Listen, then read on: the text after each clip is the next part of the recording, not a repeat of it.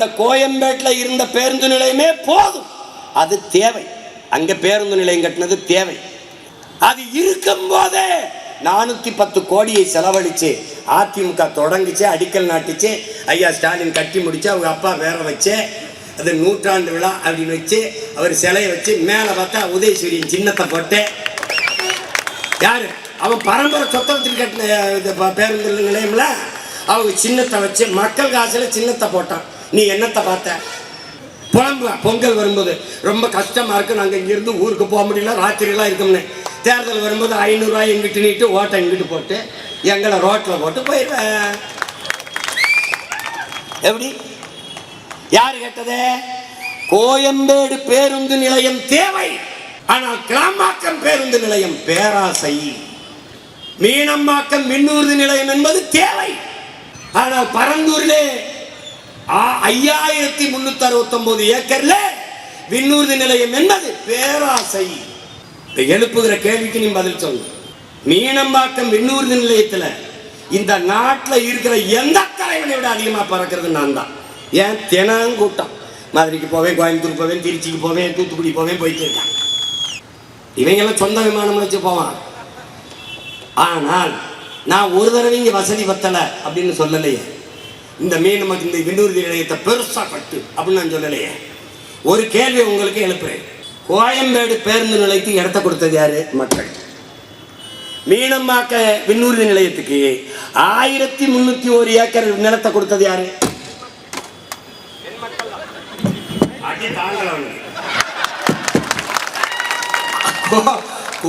இது இந்த மீனம்பாக்க விண்ணூர்தி நிலையத்துக்கு 1301 ஏக்கர் கொடுத்தவன் யாரு? என் மக்கள் தான். சேலத்தில் இருந்து சென்னைக்கு 4 வழிச்சாலைக்கு இடத்தை கொடுத்தது யார்? நிலத்தை கொடுத்தது யார்? வீட்டை இடிக்க, கடையை இடிக்க அனுமதிச்சவன் யார்? என் மக்கள் தான். தேவை தேவை. ஆனால் 8 வழிச்சாலை என்பது பேராசை. அப்ப நீ போடுறவனா இருந்தா என்ன செய்யணும்? அறிவா இருந்தவன், நாட்டை மக்களை நேசிக்கிற தலைவன் என்ன பண்ணிருக்கணும்? பிரேசில் போல, ஜப்பான் போல மழையை வெட்டாம, காடழிக்காம, நிலத்தடிக்காம, ஒரே ஒரு தூண் மலைக்கு மேல ஏத்தி அப்படி விரிச்சு 18 வழி கூட போட்டுக்க. மகராசனா கிடா வெட்டி பொங்க வலிக்கிறான், தேங்காய் உடைக்கிறான். அதை விட்டுட்டு மலையை 2ஆ அறுக்கிறது, காடை புறா அழிக்கிறது, விளைநிலங்கிற புறா பறிக்கிறது, ரோட போட்டு என்ன பண்றது? அங்க சண்டை. நான் ஜெயிலுக்கு போனேன், என் தம்பி அருள் வந்தாப்ல, வந்தில்ல, என்னை ஜெயிலில் தூக்கி போட்டாப்ல. அங்க நீதிபதி என்னை பார்த்தோன்னே சரி போங்க நீங்கன்னு விட்டாப்ல. அதுக்கு கத்துனாங்க பாருங்க, அவனை விட்டுட்டாங்க ஆகும் அப்படின்னு. அன்னைக்கு சொன்னேன், நீ கல்லு தான் உண்டலாம், ஒரு தடவை நீ ரோடு போட முடியாது, ஒரு நாள் மட்டும். அரிட்டாப்பட்டியில டங்ஸ்டன் நாங்க டங்ஸ்டன் நான் சொன்னேன், ஒரு கல்லை கூட போட முடியாது, போடாம விட்டான். அதெல்லாம் இப்போ சொல்றேன், நீ எங்க கட்டின்னு பறந்துடல, ஏர்போர்ட் கட்டி பறக்க விடு பார்ப்போம். ஒரு வேலை மயிரும் கிடையாது. தேர்தலாவது ஈராது போடுறா கூட அறத்தடை பாடுறா, ஏ பாடுறா இங்கே பார்த்துக்கலாம்.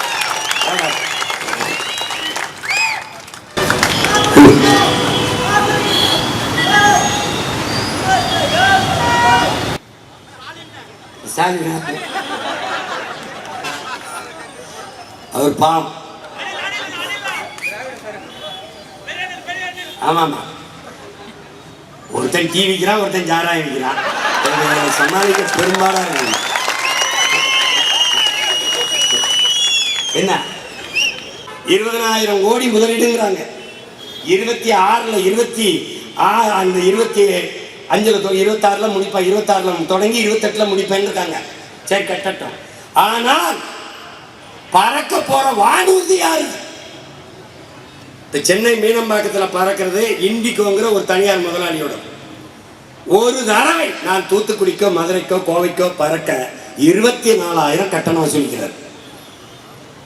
அவர் 9:50க்கு வண்டினா அவர் 11 மணிக்கு எடுத்தா அவர் சொன்னதான் எஜமான் எடுக்கிறதா நேரம், அவர் விதிக்கிறதான் கட்டணம். திடீர்னு 26,000 பாரு. இரு வழக்கு தானே, கேஸ் தான் வர மாட்டேங்குது. கேஸாவது வரட்டும்.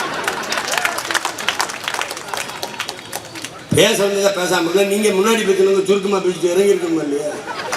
விவாடி பேசுங்க. படம் போட்டு காட்டுங்கடான்னா அவன் ரொம்ப நேரம் போடுறான், பாதி என்று அவன் காட்டு மறக்க மாட்டேன். இதெல்லாம் இல்லை, பேசிட்டு தான் வருவான். வழக்கு போட்டால் என் தம்பி மனோஜ் மேலே போடுவான், அந்த அவன் மேலே போடுவான், அண்ணன் மேலே போடுவான். சேர்ந்தாப்புல போக முடியா, என்னடா இருப்பா, இன்னும் செய்தி இருக்கு. அதனால இப்போ என்னென்ன இதனால ஒரு ஆனார், நாங்கள் சுருக்கமாக சொல்லுகிறது ஆனார், ஏர்போர்ட்டு கட்டுறதை கைவிட்டுருங்க ஆனார். எந்த என் நிலத்தின் வளத்தை பறிக்கிற நச்சு திட்டங்களை, விளைநிலங்களை பறிக்கிற திட்டங்களை இந்த அரசுகள் கைவிடணும். நிலத்தின் அருமை தெரிந்த பிள்ளைகள், தாய் நிலத்தை இழந்து ஏதிலிகளான இனத்தின் மக்கள், சொந்த நிலத்தை இழந்தால் என்ன ஆகும் என்பதை அறிந்த இனத்தின் பிள்ளைகள் ஒருபோதும் இதை அனுமதிக்க மாட்டோம். வளர்ச்சி என்பது எது வளர்ச்சி? ஏற்கனவே இருக்கிற விண்ணூர்தி நிலையத்தில் என்ன பிரச்சனைன்னு சொல்லுங்க. இப்போ அவங்க சொல்றது 100 கோடி, இப்போ 2 கோடியை 24 லட்சம் பேர் பறக்கிறத ஒரு 2050 மாதிரி வர்ற போது 100 கோடி மக்கள் பறந்து போய் வரணும்னா இந்த நாட்டில் இருக்கிற மொத்த பேரையும் வேற எங்கேயோ ஒன்று இறக்கி விட்டலான்னு முடிவு பண்ணிட்டான்னு. இங்கே வச்சு எது வேலை கொடுக்கறதா இல்லை. அதனால நீ என்னைய 26ல் ஆரம்பிப்பேன்னு இருக்கான், 26ல் என்னை ஜெயிக்க வச்சுட்டீங்கன்னா அது கடை முடிஞ்சிடும். நீ நிம்மதியாக படுத்து தூங்கலாம். அதுக்கு நீ என்ன பண்ணணும்னா, ஒரே ஒரு ஓட்டை விவசாயிக்கு போட்டு வீட்டில் போய் நிம்மதியாக நாட்டை எண்ணெய் கொடுத்து. தம்பி, பரந்தூருக்கு மட்டும் இல்லை தம்பி, எல்லா ஊருக்கும் தான் இது. அண்ணன் விவசாயத்தில் பிரச்சனை என்ன, அண்ணன் மீன் பிடிக்க போல என்ன பிரச்சனை என்ன, அண்ணன் வாத்தியாருக்கு வேலை இல்லைன்னா, எதா இருந்தாலும் ஒரே தீர்வு தான். மக்களின் பிரச்சனையை அரசு கையில் எடுக்காத போது அதிகாரத்தை அரசு மக்கள் கையில் எடுப்பதை தவிர வழி. அதை புரிஞ்சுக்கிட்டு வேலை செய்யணும். இந்த இப்போ நேரம் இல்லை, இந்த மறுபடியும் மலைகளின் மாநாடு இருக்கு. அப்புறம் 14ஆம் தேதி கோயம்புத்தூரில் இருக்கு, கோயம்புத்தூர்ல இருக்கு, அங்கே கூட்டம் இருக்கு. அப்புறம் கடலம்மா மாநாடு இருக்கு, தண்ணீர் மாநாடு இருக்கு, டிஎன்பிசி மாணவர்கள் எழுதினவனுக்கு போராட்டம் இருக்கு. தினம் வேலை தான், தினம் வேலை தான். வண்டியிலே தலையணை எல்லாம் வச்சுக்கிட்டோம், அங்கேயே அடுப்பு கிடுப்பு வச்சுக்கிட்டோம், அங்கே ரொட்டியை கிட்டே சுட்டு தின்னுக்கிட்டு போகிறதுல இங்கே என்னப்பா பிரச்சனை, சத்த நிற்பாட்டுப்பா போடுப்பா அப்படின்னு போராடிட்டு இருக்கோம். அது மாதிரி இப்போ என்னரும் சொந்தங்களே, கொஞ்சம் கொஞ்சமாக நம்ம விளை நிலங்களை, வாழ்விடங்களை இழந்து இழந்து தாய் நிலத்திலே அகதியாக்கப்பட்டு கொண்டிருக்கும் என்கிற புரிதல் உங்களுக்கு வரணும். இந்த மண்ணிலே, காஞ்சிபுரத்திலே என்னுடைய 26 சட்டமன்ற தேர்தலிலே என்னுடைய அன்பு தங்கை, பெருமைக்குரிய மகள், நம்முடைய தாத்தா முத்தமிழ் காவலர் கியாபே விஸ்வநாதம் அவர்கள் தமிழுக்கும் தமிழருக்கும் அதன் உரிமைக்கும் இறுதி மூச்சு வரை உழைத்த பேரறிஞர் பெருந்தகை. தமிழ் தேன் சொட்டு மொழியடா, தமிழ் தேன் சொட்டு மொழியடா, படித்தேன், உழைத்தேன், கொடுத்தேன், ரசித்தேன், பார்த்தேன், சிரித்தேன் என்று பேசிக்கொண்டே இருக்கிறார். அப்படி தேன் தேன் தேன் தேன் என்று தேன் சொட்டும் மொழியடா என் தமிழ் என்று மொழிந்த நம்முடைய முதுபெரும் அறிஞன் முத்தமிழ் காவலர் தாத்தா கியாபே விஸ்வநாதன் அவருடைய அன்பு பேத்தி என் தங்கை வெற்றி செல்வி அவர்களை இந்த களத்தில், இந்த நிலத்தில் வேட்பாளராக உங்கள் மகன் நிறுத்துகிறேன். என் அன்பு சொந்தங்களே, என் தங்கை வெற்றி செல்வியை வெற்றி செல்வியாக ஆக்கி சட்டசபைக்குள் நுழைய வையுங்கள். உங்கள் பிரச்சனையை உங்கள் மகன் பேச வேண்டியதில்லை, உங்கள் மகன் என் தங்கை பேசுவாள். அவளுடைய வெற்றி என்பது தமிழ் பேரினத்தின் வெற்றி. நம் தாத்தா கியாபே விஸ்வநாதருக்கு தமிழ் தன்மானமிக்க தமிழ் மக்கள் செலுத்துகிற வெற்றி, அவர்களுக்கு காணிக்கையாக்குகிற வெற்றி என்பதை கவனத்தில் வையுங்கள். நாம் நிலத்தை இழந்தால் வளத்தை இழப்போம் என்பதை கவனத்தில் வைத்துக்கொண்டு, இது ஒரு சின்ன ஒரு தொடக்கம்தான். தேர்தல் களம் இருக்கிறது, தினம் பல்வேறு மேடைகள் இருக்கிறது. ஒவ்வொரு நாளும் இந்த கருத்தை எடுத்து எடுத்து வைத்து நாம் இதை வலிமை மிக்க ஒரு சிக்கலாக, பெரிய பிரச்சனையாக கொண்டு போய் அதிகாரத்தின் கவனத்துக்கு கொண்டு செல்வோம். அப்படி இல்லை என்றால் டங்ஸ்டன் தொழிற்சாலையை கைவிட்டது போல பரந்தூர் நிலையத்தை கைவிடும் வரை உங்கள் மகன் களத்திலே நிற்பேன் என்கிற உறுதியை தருகிறேன். நம் இலக்கு ஒன்றுதான், இனத்தின் விடுதலை. இனம் ஒன்றாவோம், இலக்கை வென்றாவோம். தமிழ் தாய் வாழ்க, தலைவர் பிரபாகரன் வாழ்க. உங்களுடைய 26 சட்டமன்ற தேர்தலின் வேட்பாளர், வெற்றி வேட்பாளர் என் அன்பு தங்கை வெற்றி செல்வி. நம்முடைய சின்னம் விவசாயி. நன்றி, வணக்கம். நாம் தமிழ்.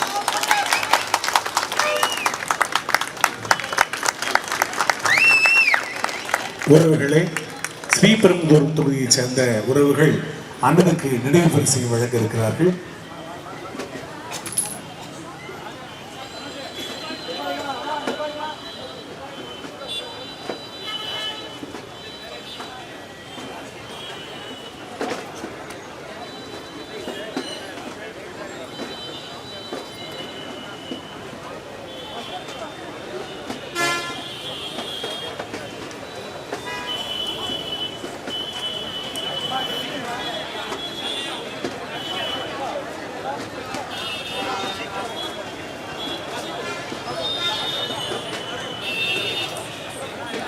திருப்பெரும்புதூர் தொகுதி உறவுகள் அண்ணனுக்கு ஏற்கலப்பையை பரிசாக வழங்குகிறார்கள்.